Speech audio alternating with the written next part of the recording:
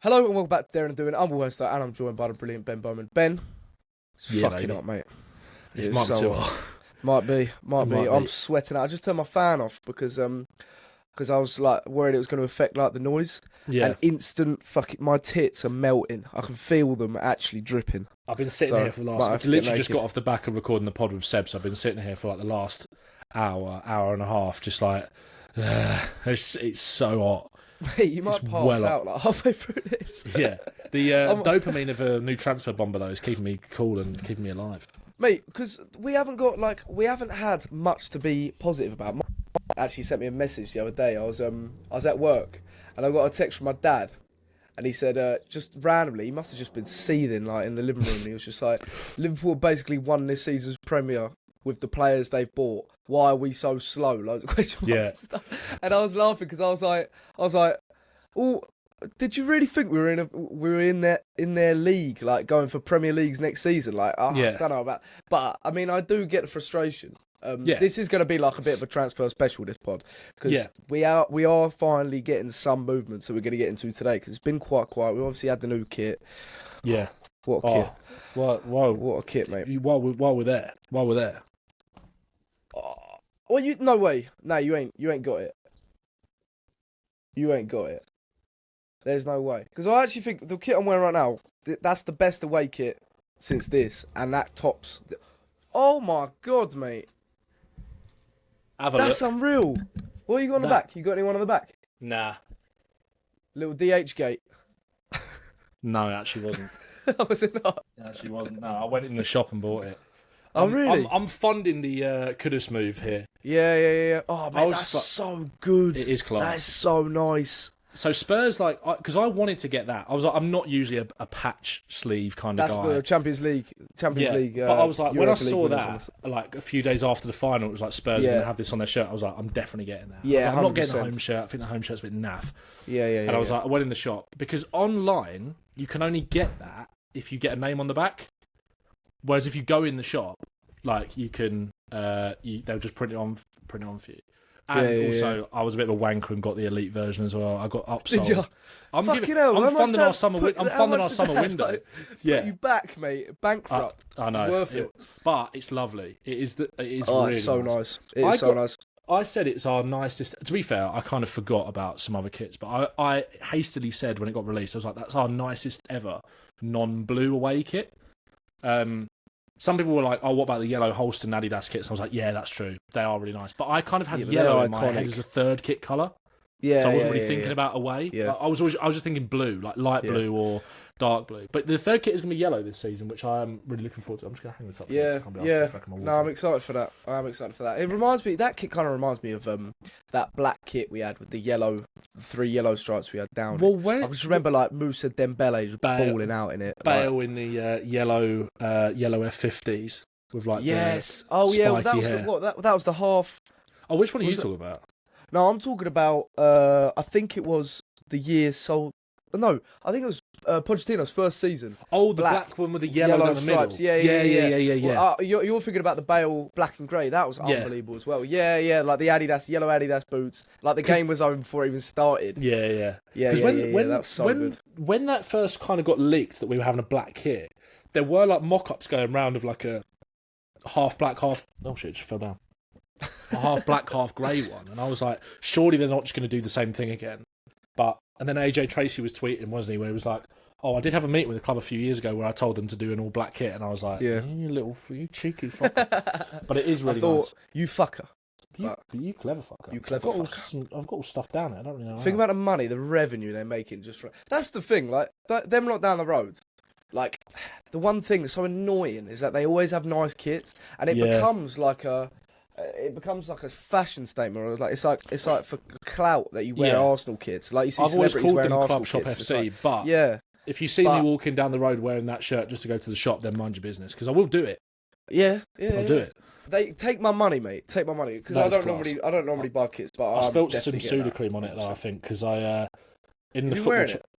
I have been wearing it. I bought it on Friday and I was just sitting around the house wearing it. But I think I've got some doing knee slides in the kitchen. Yeah, I had a bit of an accident when I was doing these football challenges the other day. I scored a goal and did a knee slide and on Astro, and Oh, mate. It was a bit of a... See if I Can't can come get my back from camera that. down. I've got all pseudocreme. Look, it was a bit of a grey, so I've got all pseudocreme on my knee. A bit of a bad one, so I think I've got some of that pseudocreme on the shirt, annoyingly. Oh, I've done that on like AstroTurf. You get carried away. I've gone for like a bicey, land on my elbows. Yeah. It's hurt. It proper hurts, mate. It's yeah, like the worst injury big you old could possibly greys. get. But Yeah. might get Kudus on the back. When he, Mate, he'd suit the kit, and actually, Simmons would suit that kit. I mean, everyone will look good in the kit because it's just beautiful. But let's get into it. So, transfer special. Mm-hmm. Let's get into this first question. Everyone that got a question, and thank you so much. Yeah, thanks. Gary Hunter says, do you think the reaction to our lack of signings is a little overblown considering pre-season hasn't even started yet? Yeah. So, obviously, like, first of all, what's been your reaction to the transfer news or the lack of news? Obviously, we're going to get into like Takai later, but the lack of transfer news so far. And do you think the reaction to it all, and like my dad and that, is just a little bit overblown? I've had the same thing. Every time my stepdad's like rung me up in the last week, he would like go, "How are you?" And then we'll just start chatting, and he goes, "Yeah. Oh, I see Spurs aren't doing anything," and it's like, it's just like I can't have the same conversation that I had 3 days ago. It's like, I think it has been a bit overblown, to be honest. I get it, I do get it, and I think one thing that's not helpful is the fact that you've got Levy coming out a couple of weeks ago and going, we have ambitions to win the Premier League and the Champions League and all this kind of stuff, even though he wasn't outlaying them as ambitions for this season. I think most sensible people who watch that will know what he was talking about. But even still, in that context of being a club that wants to operate in a way that can actually make us win those things, seeing Liverpool and Man City act in the way they have of getting things done so early has kind of made us go a bit like, oh, well, what are we doing? But especially now as well, it sounds like Eze might be going to Arsenal. He's a player that we've fawned over as a fan base and as a club for a long time. It feels like they've been so desperate to do that deal. And now the summer it actually becomes like attainable. Arsenal have just gone yoink, like, we'll have him. So and again, that comes down to wages and all these kind of things. But the reality of it is that we don't have stability right now. Or not in comparison to Chelsea, Liverpool, Man City, the clubs that have done the most amount of business. Arsenal haven't really done any significant business yet. It's just kind of been the market opportunities that have come their way. And I mean, Zubimendi was kind of tied up even before the season was done, so that's not really a shock to anybody. They've not made a massive move yet, whereas Liverpool didn't sign anybody last summer. Man City have always just got ridiculous PSR headroom and cash flow, and the same as Chelsea. So, and again, they're teams that either like Man City, they're trying to get back to where they were 2 seasons ago, and Chelsea are building on what they've kind of done, and Liverpool are building off the back of winning a title. So there's far more stability at those clubs compared to Spurs. So it makes sense as to why they're in a better position to kind of just, tick, tick, tick, tick, tick, we're going to get those done. Thomas Frank needs to come in and look at those players and assess what he's got in front of him. So I get it. I do get the frustration, but I also do think it's quite clear what we want. I think from the links that have kind of come out, I do think Spurs they're not just doing nothing. You know, I think they clearly want to make that marquee attacker signing, whether it is Kudus. There hasn't really been strong links to Simmons. I think it's kind of been more driven by the fact that he's an option. It's Eze or Kudus has kind of been the one. Obviously, there's been links to Semenyo as well, so it's clear that they do want to do something like that, and Mbeumo as well. So I'm not panicking just yet. Like, I do think Spurs will do something quite soon in the next week. The Kudus stuff is interesting. So apparently his release clause of £85 million expires after the first 10 days of July. Is that right? I think I did read that. Was that Matt Law?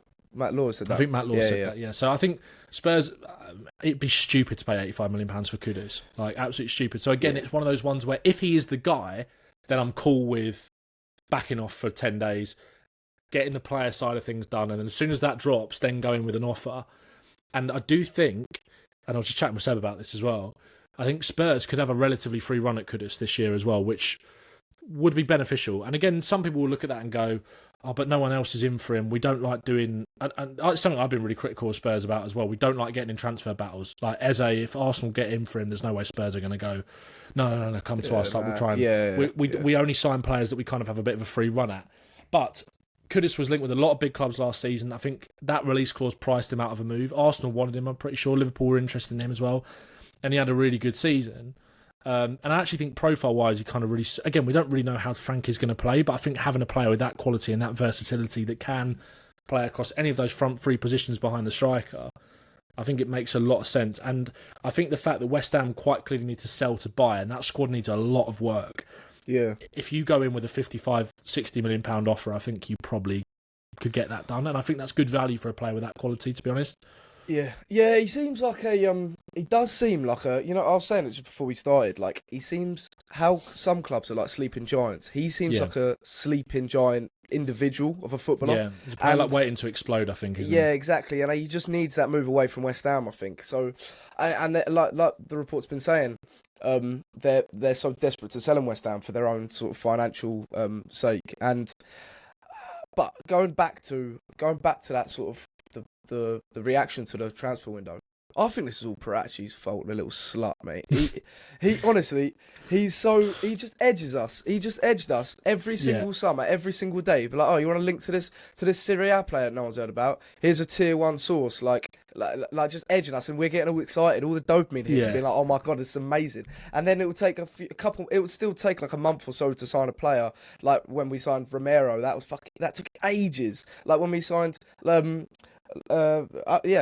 signings, I said this the other day, I tweeted it, normally signings went from that first like transfer bomber to the actual official signing being sort of released. It takes like a month to like 6 weeks maybe. I mean, look at Man United and Mbeumo. Ornstein said that Mbeumo only wants United like 5 weeks ago or something like that, or a month ago. So and they're close to getting that done, but it's still not done yet. And it's just the only thing we know Langer works in silence. So I mean, him and Levy and Vingateshan, they're not sat in Levy's office giving each other suck jobs and playing heads down, thumbs up, are they? They're going to be doing something. They're going to be like actually like planning ahead.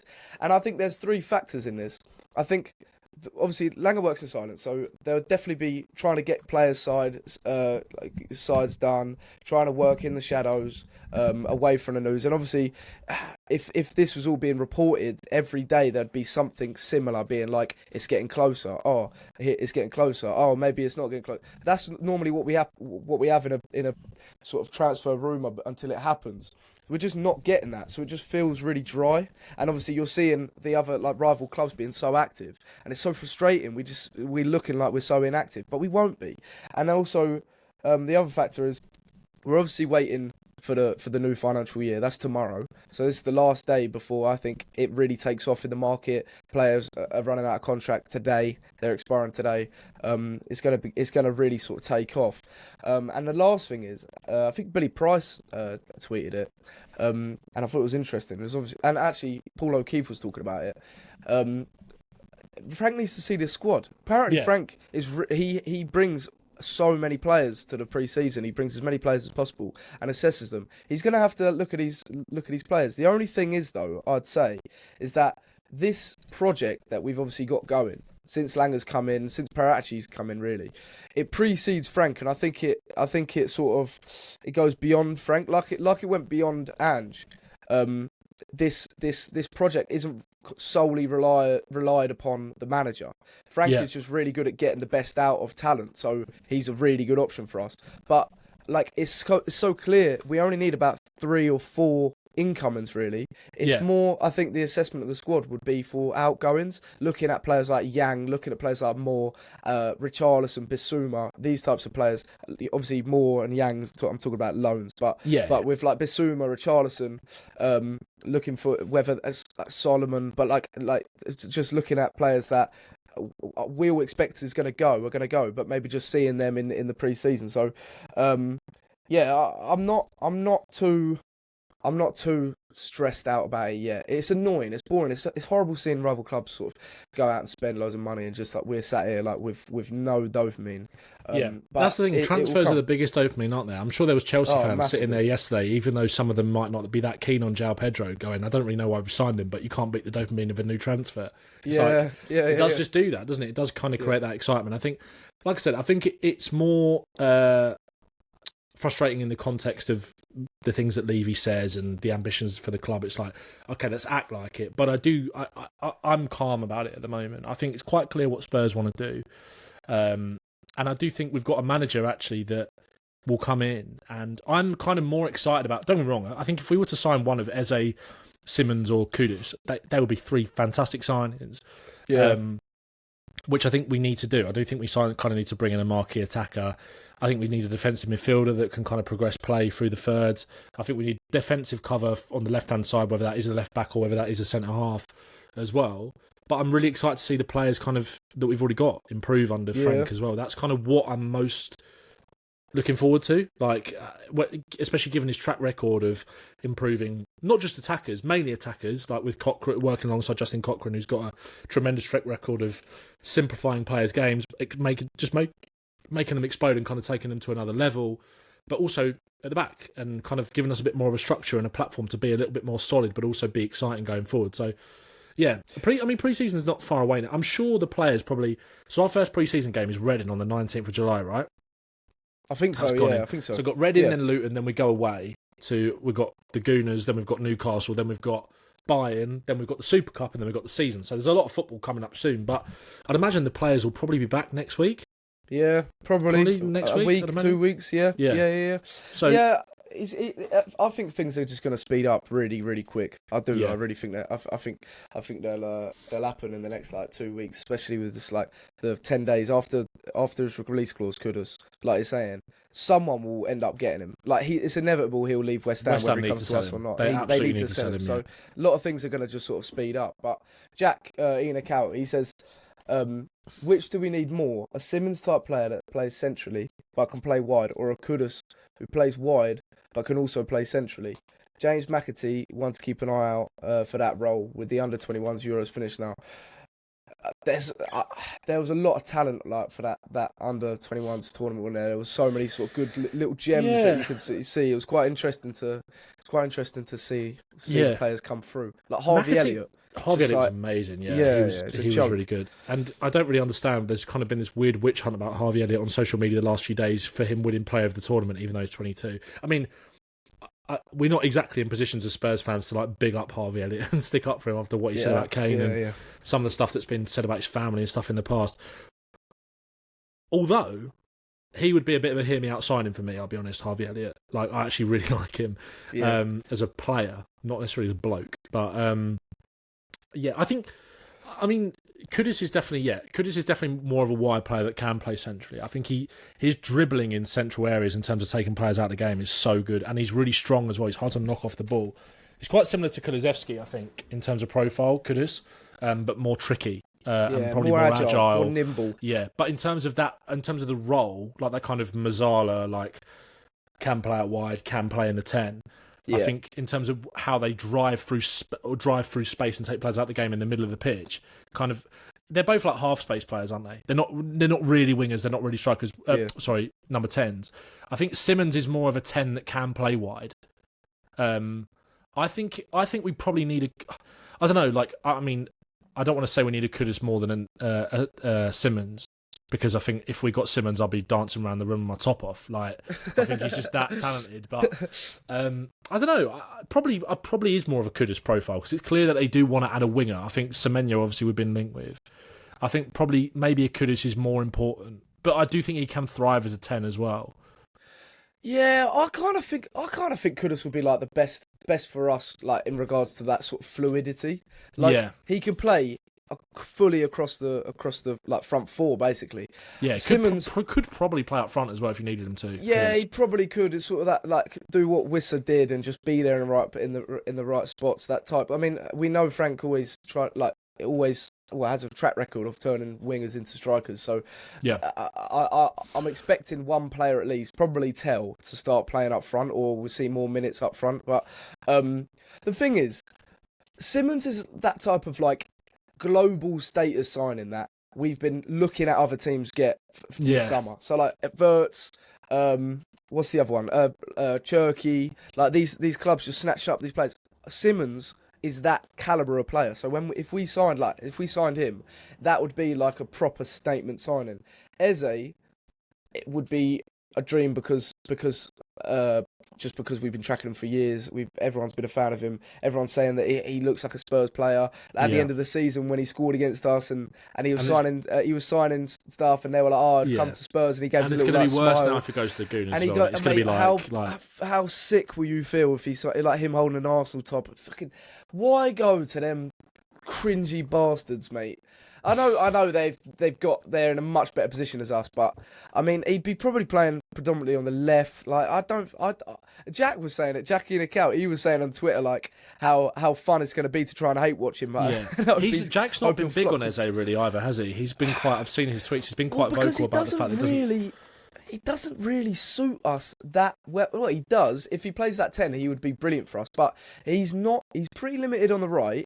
And he's very limited on the right, but he's not the player he is at 10 when he's playing on the wing, and that's sort of where we'd kind of want him. The same with Simmons, we'd want them on the wing if Maddison's fit as much as we want him on as a 10, and that's the thing that Kudus brings. It's like he can play right, he can play left, and then you could maybe see Johnson playing left and playing right, and them sort of dovetailing between the two. I think Johnson will play a lot on the left. Yeah, and maybe they just switch it up throughout the games. Yeah, throughout games.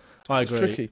I agree. I think Eze would be great, just in the sense as well. I think he's like, although he is not an out. You don't want him hugging the touchline all the time, but his ability, if you were to utilise a doggy a bit more as an overlapping fullback to allow Eze to have that space to drive in off the touchline to come inside. He's so good at that and so good at kind of playing in that half space on the left.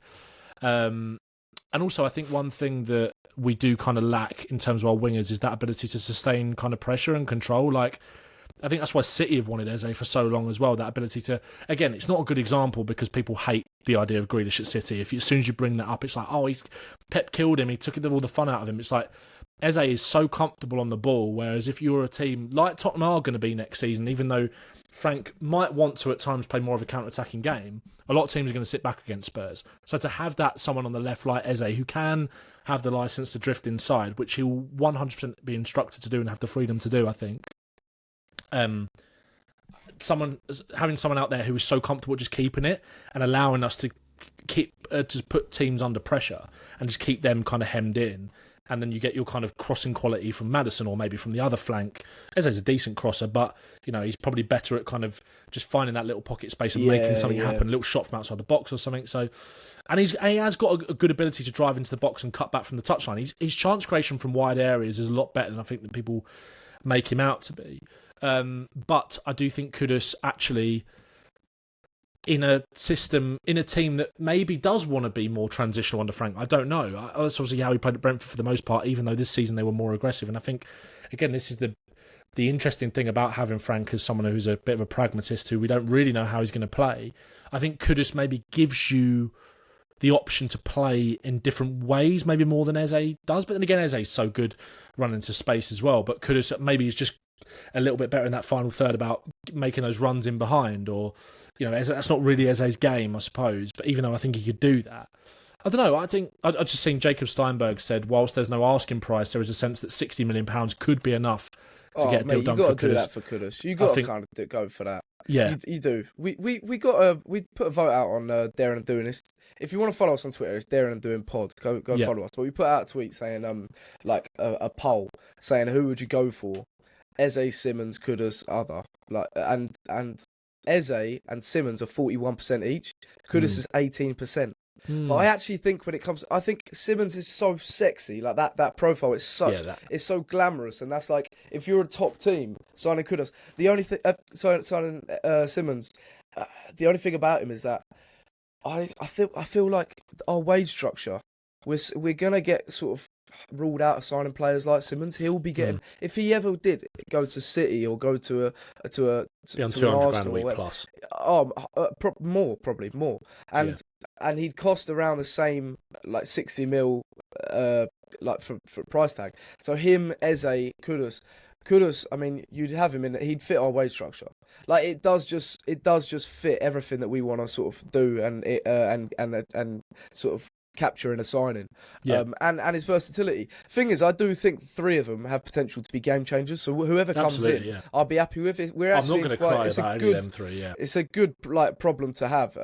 So I mean, I've won, but I do think Kudus, his ability off the right could just edge him over the other two. I think if we're looking at the most sort of, if we're going to be smart, Kudus actually would be the sort of primary target to go for. Yeah, and that's what Matt Law's that's what Matt Law's reported. Yeah, all three of them bring X factor, don't they? Which I do feel like is what we're missing in our attack. Yeah, we are massively missing that. Yeah, and I think there's people out there that have kind of. I remember when the Kudus links. You remember like a couple of weeks ago when there was like was it in the Guardian? There was like a opinion piece in one of the forums or something that got written about Kudus to Spurs, and then people kind of ran with it as like a, oh my god, bomber, like Spurs want Kudus.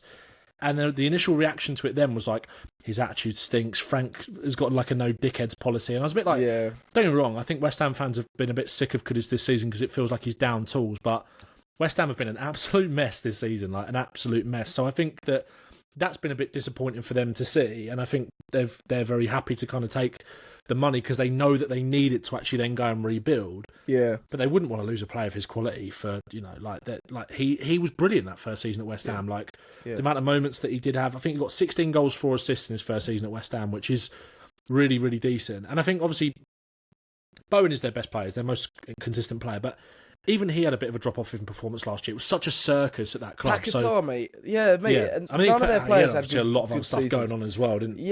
But Kudus... I think Kudus wanted to leave last summer, but I think he was priced out of a move.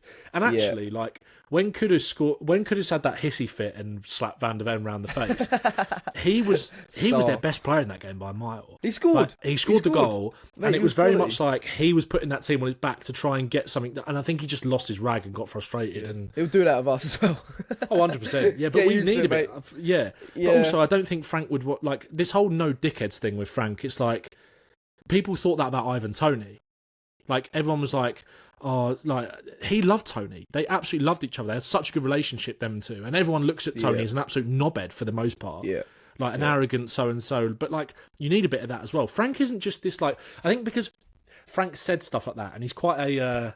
For want of a better word, like I think people would describe Frank as like a woke manager because it's all about like the environment and like he's from Scandinavia and he's very forward thinking and everything. He wants to win football matches, and like having a player like that. Yes, the most important thing is that team, that environment. But I think a lot of people label players with attitude. It happens a lot of the time, especially it happens a lot with like black players. I think as well, like that gets a lazy thing that gets thrown about. Yeah. And look. Yes, of course you'd want him to cut that out at Spurs, but that doesn't mean that he wouldn't be a good egg in the Spurs team. Like I don't think Frank would sanction a signing like that if he didn't think that. Also, he's got to meet him. If he meets him and gets a vibe from him, and like it's just like also there might be people in the team that we think that actually fall into that category of dickheads that we might assume that they're not. It's all about how do they train? Do they pull their weight in training? Yeah, Spurs is a far more exciting place to be than West Ham, and it was quite clear that he wanted out. And obviously, that could become a problem a couple of years down the line with Spurs if Spurs don't hit the trajectory that we want. But I don't think there's any way that Kudus wouldn't come to Spurs and just hit the ground running in terms of attitude and work rate. Like, of course he would. It's a massive step up. He'll be playing a lot as well. He'll be playing a lot. He'll be such a pivotal player for us. And the thing playing is, Champions League football, Well, that's it. Because the thing with Eze, Simmons, and Kudus, they've all got that star factor. They're all mavericks, and they're the players that shine on the big stage, like at the big stages, under the lights, Champions League. Like you need that sort of individualism, that sort of arrogance, because arrogance is different to cockiness. Like to just pick the ball up and do something special. Tell's got that in him. People have been criticising Odebear for not having that dog in him, but like I feel like he does, Kudus, and I can see him sort of in big moments scoring some unbelievable goals. Mate, remember that Bicey he scored against City on the final day? Insane. His first. Oh my God, mate, he's a proper bums off seats footballer, and we haven't had that for ages. Who was the last player we had like that? Maybe Dele Alli? Yeah, probably. Yeah, maybe Son a couple of years ago. Like it was Dele, wasn't it? Really, it was probably Dele to like have that bit of flair, like scoring unbelievable worldies. Whenever he gets on the ball, you just stand up. Or it's just, I do think either one of these players. Obviously, we're going down Kudus because it looks more. He looks like the sort of primary target. But either of them players, like they have that ability to just get you bums off seats. It's exciting to be linked with players of that caliber. Yeah. And very intelligent footballer, Kudus. I think he's. I think he'd be a good signing. I think Simmons would still be my number one choice because I just maybe that's, I don't know, the thought of it is just like that would be such an amazing signing. Yeah. Although whenever I've watched Simmons, especially like in tournaments and stuff for the Dutch, I'm like, I'm always left wanting a little bit more. Yeah. But you can see the talent. Like I'd love to see him come to the Premier League. Hopefully, just not the Gooners, or like I'd love him to come to us. But the only thing about Simmons is that he's not. And maybe that's like the appealing side to him as well. He's an unknown entity in the Premier League. Yeah. But Kudus, a bit more safe, aren't they? Yeah. You know he can be a problem for so many Premier League clubs. So I also think that and I said this about Eze in comparison to. Like we've been in with Semenyo, and Bournemouth are going to hold out for like 70 million for Semenyo probably. Like Newcastle trying to get Elanga, and Nottingham Forest are holding out for like 55, 60 million. It's like there's actually not that much value in a lot of these Premier League mid-table players, and I would like Spurs to maybe kind of go and have a look abroad. I actually think Kudus represents probably the best value in relation to the quality that they do have if you're going to spend that sort of money on a Premier League player. I think Eze does as well. Like Eze for 68 million in manageable instalments. Like I think Mbeumo as well. Like Mbeumo, you could argue that he's worth every penny of that because not many wingers get 25 goal contributions in the Prem.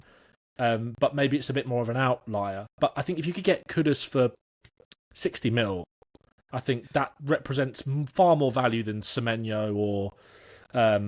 I'm not saying we'd go for Elanga, but like Elanga for Newcastle.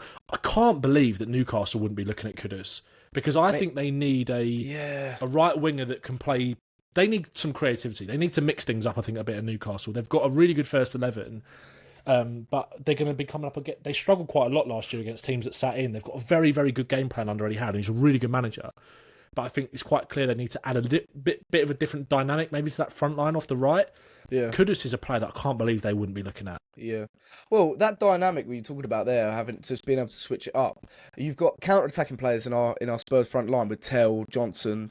I don't know about Son if Son will stay, but if he does, I mean, he's still unbelievable on the counter. Solanke, Kulusevski driving the ball up. Kudus would fit into that as well, Odebear. But the thing is, you've also got players that if you're winning, you can just have. Imagine like we're winning a game and our front four is Kulusevski, Maddison, Kudus, and Solanke. That ball retention and just keeping the ball, keeping it moving. That it will be so important for us in games in our game management. And obviously that was a problem for us last season as well, keeping that ball in the final third and just making sure you're smart and not losing it. And we're caught on the counter. Do you know what I mean? So I'm all for either one of them. It looks like Kudus at the moment. So I'm buzzing. I'm buzzing for that.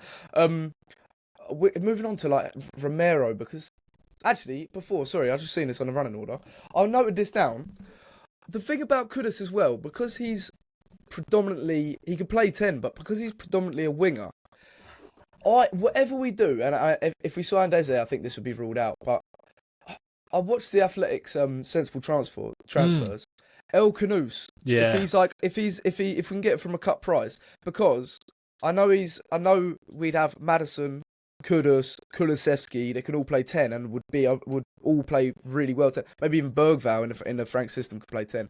But it's that contingency plan. Like Maddison, get the Maddison replacement 2 years before you get rid of Maddison. Do you know what I mean? Madison will probably see out his contract or have about 2 years left of his like Spurs tenure. El Canus is literally there. He's been relegated. He's another wonder kid ready to explode, and he was quietly brilliant last season.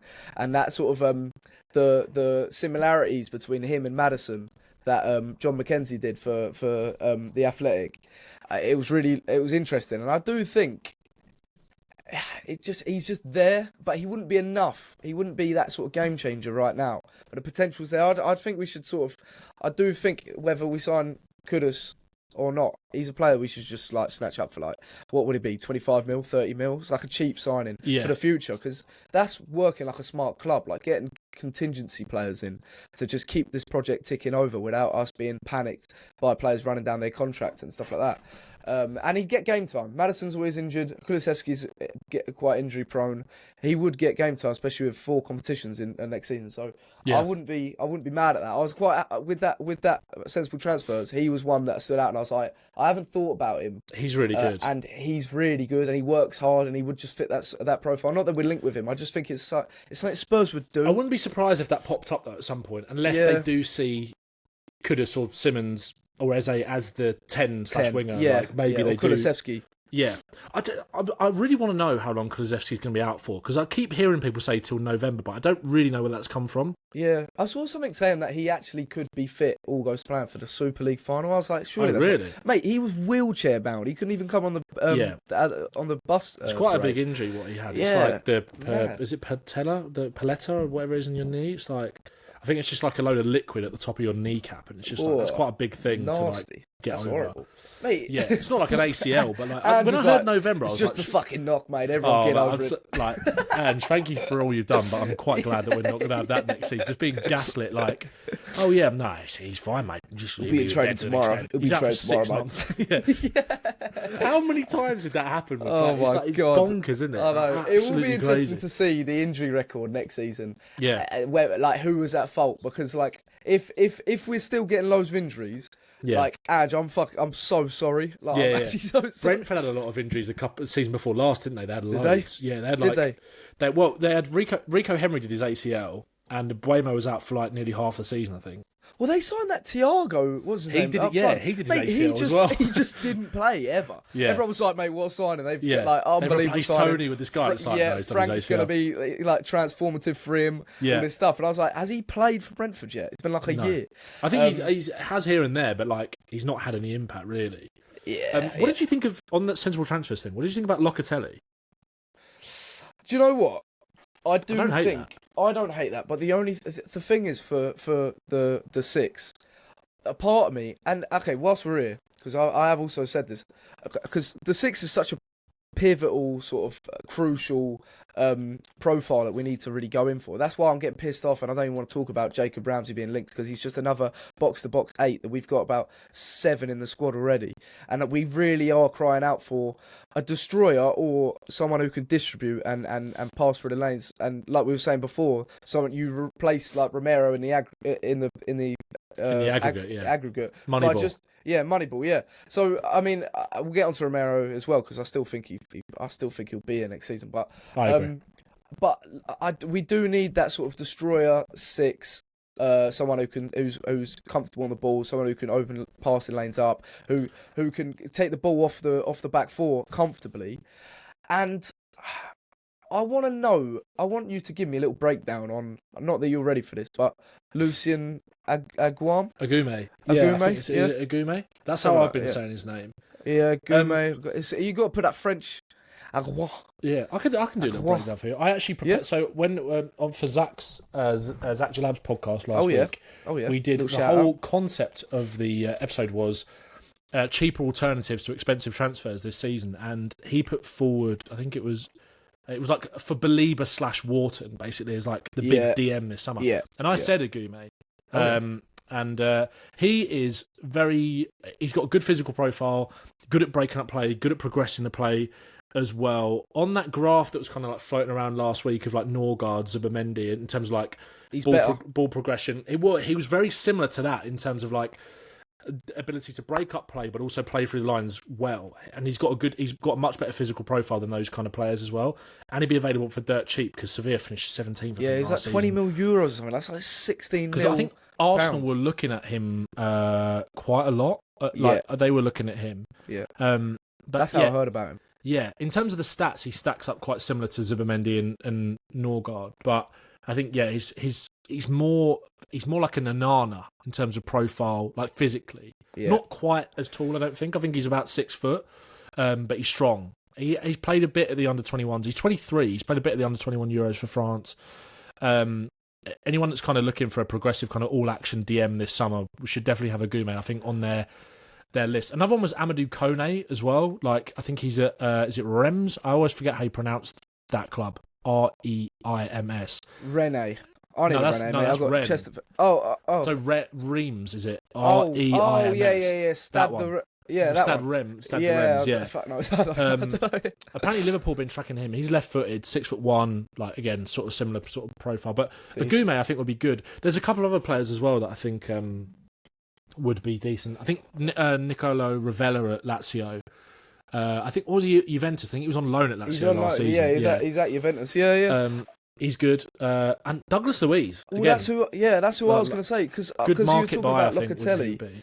Talking about Locatelli, and that's the thing, because I was going to ask with Agume, how ready is he to come in and be like a predominant like first team player for us in Champions League games, in Big Six games? How ready is he for that? Because that's what we kind of need from this signing. Yeah, I think it's got to be quite a big signing. I think. So should they have experience like a Douglas Luiz, like a João Paulinho, like a Locatelli? Like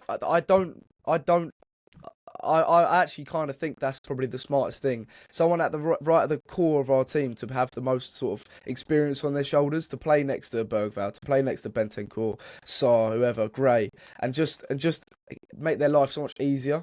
Yeah. So what are you thinking about Douglas Luiz? I think Douglas Luiz would be good. Again, I think him or Locatelli would be quite a smart bit of business. Locatelli's 27, isn't he? Luiz is 20.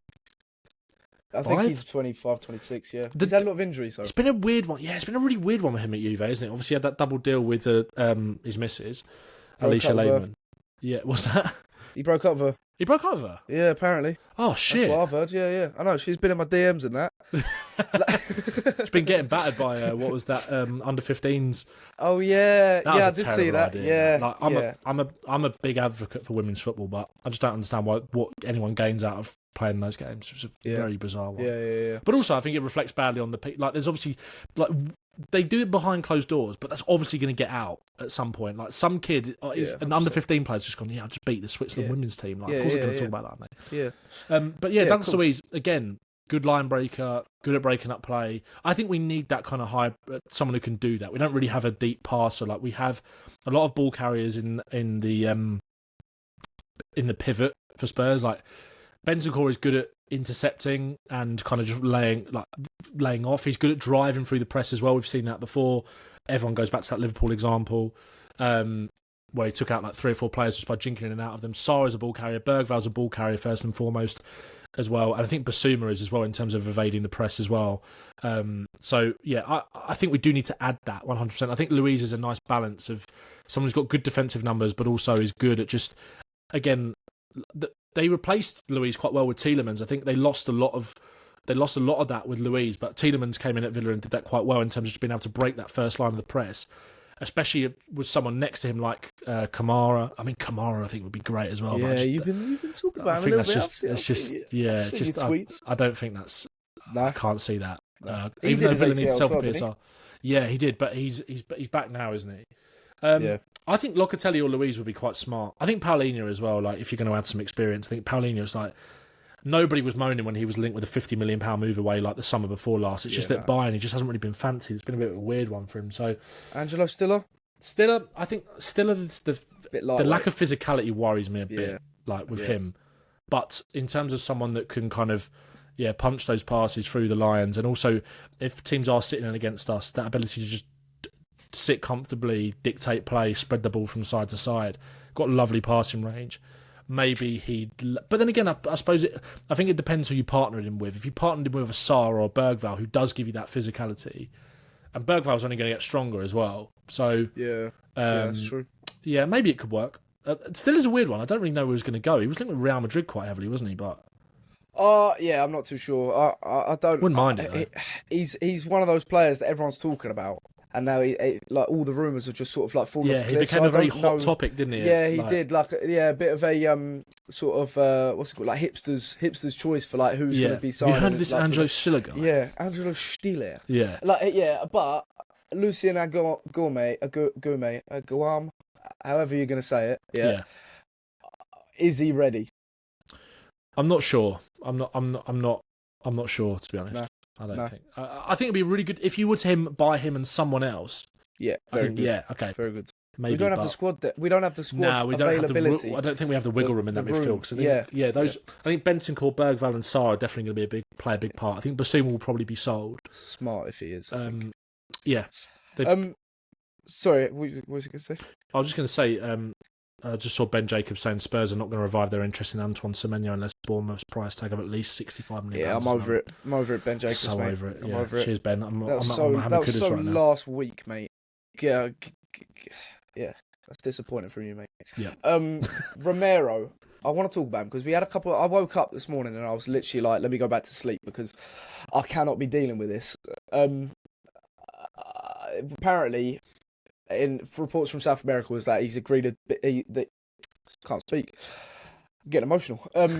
He agreed a deal, or Spurs agreed a deal with Atletico Madrid for like 55 million euros, which is absolute bollocks. First of all, like my nan, RIP, she could have told you that. Like that's bollocks. Because why would we sell Romero for 50? That's like what? That's like 40. That's what we got him for. Yeah. And he's like twice the player. His stock's gone so much higher up. Like next year, we'll still sell him for over 50. Like I'm sure of it. I still think he's so good. But also, then Alistair Gold saying that's not true. Michael Bridge. Bridge? He was saying, he was saying that's not true. And then actually, Alistair Gold came out with a little mini bomber. No, not a signing, but it could well be the same sort of feel as a signing. He said Frank wants to keep him, and he sees him as a really valuable member of his squad. Mate, I was thinking this because everyone's got their sort of preconceived ideas of a Frank centre back, and actually Danso is like that sort of defender, like athletic, strong, aerially dominant, but someone that can carry the ball through the press as well. That's what Collins did quite a lot last season. But the thing is, he really relies on his defenders being competent with the ball. Romero, he will never have had a player that good with the ball. So it actually opens up opportunities for him to change it up a little bit. And you know, when we were saying that Frank will come in and you're expecting he'd still play a little bit more attacking than Brentford because he's got the players there to do so. This is a prime example. If he has Romero, I reckon we'll be seeing a lot more free-flowing football. And we've also got the Frank defenders that can come in and play a bit deeper as well. But I mean, the thing is, I thought Frank would love him when Frank put in his all-time 11 Sergio Ramos in the back four. Because I was when I saw that, I was like, hang on.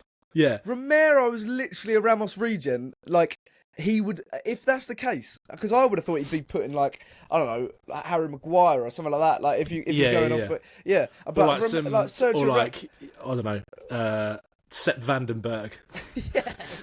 But I was like, from Ramos, I was like, mate, Romero's got a good season ahead of him if that's the case and if he can be used. So with Romero staying, because Matt Sapler says, if the Romero rumours are true and he does centre back become our biggest need, we're not going to replace Romero's level and still need a left-footed cover for Van der Ven. We'll talk about Takai in a minute, but Romero, I mean, we both said that we think, in relation to that question, we think he'll actually stay. I can't see him going this summer. I'd be surprised. But with how Frank plays, like, with what we know of Frank, how much of a significant drop-off would Romero leaving cause? But also, like, vice versa, like, how high is the ceiling raised if he stays one more year in this sort of... bearing in mind, we've got Champions League, we've got 4 competitions. Yeah. What do you reckon? Well, I think, again, with Romero, it's probably about, like, if he was to go, like you kind of alluded to earlier, it's a bit like replacing him in the aggregate, isn't it? It's like, I think you need to kind of sign a defensive midfielder that is incredibly good at progressing the ball, and then you could probably get away with signing a defender that isn't as... I mean, people... I mean, thankfully it's only Spurs fans that listen to this anyway, so they really know the worth of Romero and how good he is, but people laugh at you like when you say Romero is one of the best defenders on the ball in the Premier League or in Europe. It's too rash, mate. Exactly. He is. Like, he is one of the best defenders on the ball in Europe. Like, to replace him would be incredibly hard, and you'd have to spend a lot of money. And also, I saw Branthwaite is signing a new contract at Everton, apparently. Yeah. Mark Gay sounds like he's going off to Liverpool. So I think there are some little centre-back gems that Spurs could maybe go and pick up to bolster the squad. But I think the defensive midfielder then becomes really important in terms of that ball progression. But yeah, last season, Frank kind of did play, in terms of his back four, like Collins would... the centre-back pairing, Collins would step up a lot more than Pinnock or whoever he was kind of playing alongside. And his line-breaking numbers were actually quite good. I always thought Collins was a bit of a clunky kind of mess, to be honest. But actually, when I watched more of Brentford last season, he's tidy, very tidy on the ball, and was quite key to them in build-up, actually. Like, again, he was the one that would step forward a little bit more, bait the press. Also, one thing that's going to help Romero massively is the fact that we're not going to have, if he does stay, we're not actually going to have to rely on him as much for his ball progression anymore, because of the fact there's going to be a pivot in front of him that kind of can help with that and help draw the press on, so you can kind of funnel the ball through him and then clip those balls in. It's not going to, you're not going to be waiting for him to produce a really good ball all the time. It's going to be quite a bit more simple, and hopefully you can get it a little bit more from the from the midfielders as well. But I do think replacing him with a top quality midfielder is probably more important than going and trying to find like an ideal replacement at centre half, because I just don't think that exists. But Frank's going to love him. Like, I love Ali Gold, but him saying Frank wants to keep Romero that's like me saying that I think Dua Lipa's really good looking. Like, it's like, well, obviously, do you know? It's like anyone would want to keep Romero, and I do think you could. The thing is with Romero is 2 years left on your contract is optimal time to get the biggest amount of money that you can for him, because then obviously you risk going into the final year. Atletico would probably be happy to wait, I think, for a year and try and get him on a cheaper deal.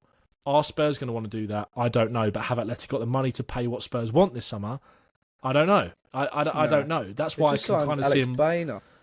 Yeah, that's true. And they've signed someone else as well, I think, haven't they? Or Johnny Cardozo. Yeah. I think it suits all parties that he goes next year, because also we're looking at Vuskovic, we're looking at Takai, and we're thinking they're gonna believe like they'll be a little bit closer to being ready at that point. But also, if Romero does go, it's like he's won us a trophy. You want to keep him around for Champions League football. If he does go a bit cut price next year because he really wants to move, then fine. Like, I think that's okay. Yeah. Obviously, you want to get the most amount of money out for him, but I think we're not really in the place to lose him this year. I think we should definitely push to keep him. And I think that's one thing that Levy is fucking good at. Like, he will grind his teeth over that deal. He will try and squeeze every bit of money out of Aleti. And that's what Levy, he's a master at that. Yeah. Like, he got 100 million for Kane the last year of his contract. So, Would you actually, sorry, go, like, I want to go on to Kota Takai, but what did you really quickly sum up that Vinkotesh Levy interview? Because I did find it funny. Everyone was just like, cringe. This is cringe, because it was a bit like I love Daniel. Like, I'm best friends with Daniel. Yeah. We get on really well. I know what Daniel goes through. I've seen him. One night stand we had in Bilbao was one of the best nights of my life. And then Daniel Levy was like, me and him have so much in common. We love wine. Do you know what I mean? Like, I wouldn't have been surprised if they just cut to them just shagging like 5 minutes after. It was a massive like puff piece, wasn't it? Really. Like, I think I came away from it thinking, I'm quite excited about Vinkotesh. I think he does speak really well, and I think that obviously with his track record of improving fan engagement and all those kind of things, it feels like his goals are in the right place for what he wants to do at Tottenham with the objectives that with the role that he's in. It feels like a good fit, like it does. But it was a bit of a puff piece to kind of like, no, you're doing such a good job. No, you're doing such a good job. Like, you're doing such a good job. But I'll tell you what, it actually did work. You know that video of Speed when he's watching Messi highlights and he's like, damn, and then he's like beating himself up for thinking he's good. There was parts of it where I was like, this is what I want to hear. This is what I want to hear. Course, then I had to like hit myself in the face and be like, hang on, how many times have we been here? Like, I'd rather them. I'm glad they came out and said it, because we need more communication. Because that's 100%. The thing. It's like you're never happy, are you? If they're not coming out and communicating, but you're annoyed. And then when they do, you're like, well, this ain't fucking like this is all gaslighting. But I want them to communicate with us, and then I want them to back it up. And they were very ambitious, but it did come across quite well. Yeah, it did. And it's amazing what happens when you get a good speaker next to Levy. Like it makes Levy look a bit more normal as well. And I think, I think Levy has to be either removed from his position, or there needs to be an aggressive mentality shift at Tottenham, plus a cash injection, because we don't actually have any cash. But I do think he cares about Tottenham. I do think he does, but I just think that I don't know, like some of it's kind of delusions of grandeur if he thinks we can compete in the way that we have currently done it. And I do think that building with young players is 100% the way to go to try and catch up. I do think it is the way, but you have to balance that with quality. You have to balance that with proven quality to add it now, because you're not going to be able to get those young players to stay and sustain that kind of growth and trajectory just based on youngsters. And they're going to leave. They're going to leave if they don't see that coming. So young players are what will push you there, but to keep you there, you have to add that quality. Yeah. So it was good. It was good, but I'm actually going to do a YouTube video on it the next couple of days to kind of speak about it, because again, that's what I said at the start. I understand why Spurs fans get very frustrated when it's like Levy does come out and say these things about wanting to win the Premier and the Champions League, and it's like, well, we won't pay the wages for Eze. It's like, well, how do you expect us to do that then? Like, well, that's it's it. just, I think wages is the one thing that it's like, this is proof at the moment that we're never going to actually achieve that. He talks a very good game, Levy, but we need to see it. I thought it was good, but it's we've been here before, haven't we? Yeah. It's like when he was like, every penny that comes into the club goes straight to even if that is true. I think that is mostly true, but it's like we don't invest themselves. That's exactly. So frustrating. If he's not lying. Levy's not lying when he says these things. No. It's just that we don't have our owner investment. I think was the 4th lowest in the Premier League out of any club last season. That's shocking. Absolutely shocking. But you got to compare as well. You got to compare. Like, we wouldn't be mad if no other owner actually did that. It's just that they don't.